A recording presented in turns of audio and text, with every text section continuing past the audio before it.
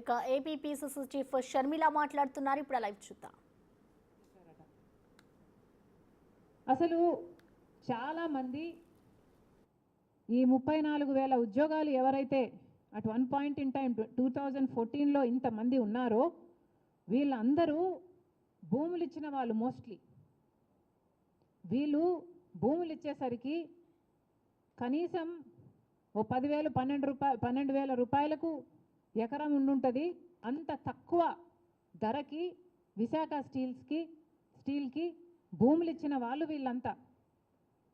వాళ్ళల్లో ఇంకా 16,000 మంది 16,000 కుటుంబాలు ఈ భూములన్నీ ఏకం చేసి దాదాపు 26,000 అనుకుంటా ఎకరాలను ఇస్తే 8,000 మందికి మాత్రమే ఉద్యోగాలు ఇచ్చారు. ఇంకొక 8,000 మంది ఇంకా ఎదురు చూస్తూనే ఉన్నారు.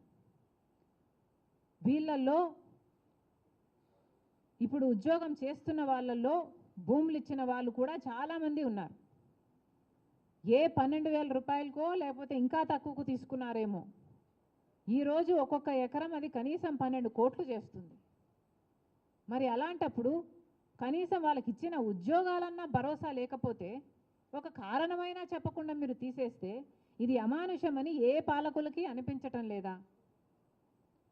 ఎవరైనా ఎందుకు ఏ చర్యలు తీసుకోవటం లేదు? 2,000 మంది రోడ్డున పడ్డారు అంటే 2,000 మందికి కుటుంబాలు ఉంటాయి, పిల్లలు ఉంటారు. అక్కడ వాళ్ళని మాట్లాడే మాటలైతే మోడీ గారికి భార్యా పిల్లలు లేరు కదా, మరి మా భార్యా పిల్లలకు ఎన్ని కష్టాలు పడుతున్నారో మోడీ గారికి అర్థమవుతున్నట్టు లేదు మేడం అని చెప్తున్నారు. నిజమేనా? పాలకులకి అసలు నిజంగా అర్థం కావటం లేదా? వాళ్ళకు భార్యా బిడ్డలు ఉండరా? వాళ్ళు భూములు ఇచ్చిన వాళ్ళు కదా. మా రక్తం ఇక్కడ ఉంది, మా శ్రమ ఇక్కడ ఉంది, మా పూర్వీకుల బోన్స్ ఇక్కడ ఉన్నాయి, దే ఆర్ బరీడ్ హియర్. మరి అలాంటప్పుడు మేము మళ్ళీ భూమి అడగటం లేదు, డబ్బు అడగటం లేదు, కనీసం ఉద్యోగాలు చేసుకొనివ్వండి అంటే కనీసం ఉద్యోగాలు కూడా చేసుకొనివ్వకుండా అకారణంగా ఏ కారణము చెప్పకుండా మమ్మల్ని ఉద్యోగాలను తీసేస్తున్నారంటే వాళ్ళకి ఎంత బాధ ఉండాలి? వాళ్ళ కడుపులు మండిపోతున్నాయి. వాళ్ళ బాధ చూస్తే నిజంగానే అసలు ఇంత చలనం లేకుండా ఎలా ఉన్నారు పాలకులు అనిపించింది నాకు.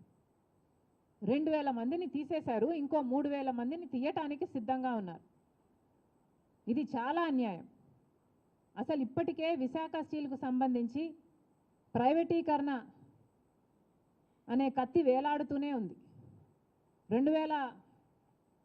2021లో చెప్పిన దాని ప్రకారము విశాఖ స్టీల్ని ప్రైవేటీకరణ చేస్తాము అని కేంద్ర ప్రభుత్వం చెప్పింది. ఆ తర్వాత ఇటీవల ఒక క్వశ్చన్కి ఆన్సర్ ఇచ్చిన ఒక రిప్లైలో మళ్ళీ కేంద్ర ప్రభుత్వం చెప్పింది ఆ నిర్ణయం అలాగే ఉంది, ఆ నిర్ణయాన్ని ఉపసంహరించుకోలేదు అని. అంటే ఇప్పటికీ కూడా విశాఖ స్టీల్ని ప్రైవేటీకరణ చేయాలన్న ఉద్దేశం బీజేపీకి ఉంది అని తెలిసి కూడా చంద్రబాబు గారు, పవన్ కళ్యాణ్ గారు మద్దతు ఇస్తున్నారు. ఎందుకు ఇస్తున్నారో వాళ్ళకే తెలియాలి. మనకి ఏం మేలు చేశారని ఇస్తున్నారు? మనకేమైనా స్పెషల్ స్టేటస్